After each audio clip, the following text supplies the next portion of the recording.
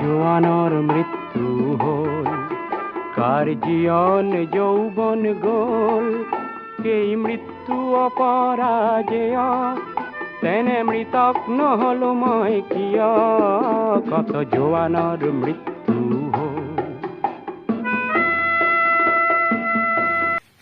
নমস্কাৰ, আমি আজি খাওকি অসমৰ বীৰ সন্তান কেপ্টেইন জন্তু গগৈৰ শৌৰ্যবীৰতা কাহিনী জনাবলৈ আপোনালোকৰ আগত উপস্থিত হৈছোঁ।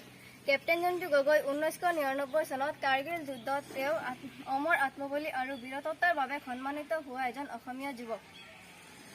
কেপ্টেইন জন্তু গগৈৰ 1970 চনত 21 অক্টোবৰ তাৰিখে অসমৰ গোলাঘাট জিলাত জন্মগ্ৰহণ কৰে।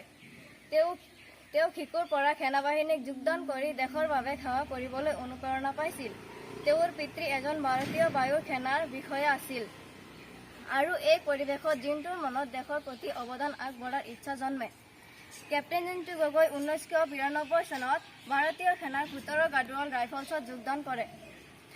তেওঁৰ সাহস আৰু বিচক্ষণতাৰ বাবে তেওঁক আকৰ্ষণীয়ভাৱে সেনাৰ মাজত গণ্য কৰা হৈছিল। সেনাৰ প্ৰতি থকা মনোভাৱেই তেওঁৰ আৰ্হি হিচাপে গঢ় লৈ উঠিছিল। 1999 চনত কাৰ্গিল যুদ্ধত কেপ্টেইন জন্তু গগৈৰ সাহসিকতা স্পষ্টভাৱে পৰিলক্ষিত হয়। তেওঁৰ দলটোৱে কেইবা পৰিস্থিতিত শত্ৰুৰ প্ৰাণঘাতী আক্ৰমণৰ সন্মুখীন হৈছিল, কিন্তু কেপ্টেইন জন্তু গগৈয়ে তাত সন্মুখীন হৈ শত্ৰু সৈন্যৰ প্ৰবল আক্ৰমণৰ পিছতো তেওঁ নিজৰ দলৰ প্ৰাণ ৰক্ষা কৰি শত্ৰুক প্ৰত্যাহ্বান জনায়। কেপ্টেইন জন্তু গগৈ বীৰত্বৰ শেষৰ দিনটো আছিল 1999 চনত। অসমীয়াৰ বুকুত অনন্ত কাললৈ জনা থাকিব কেপ্টেইন গগৈ শৌৰ্য আৰু উৎসৰ্গা।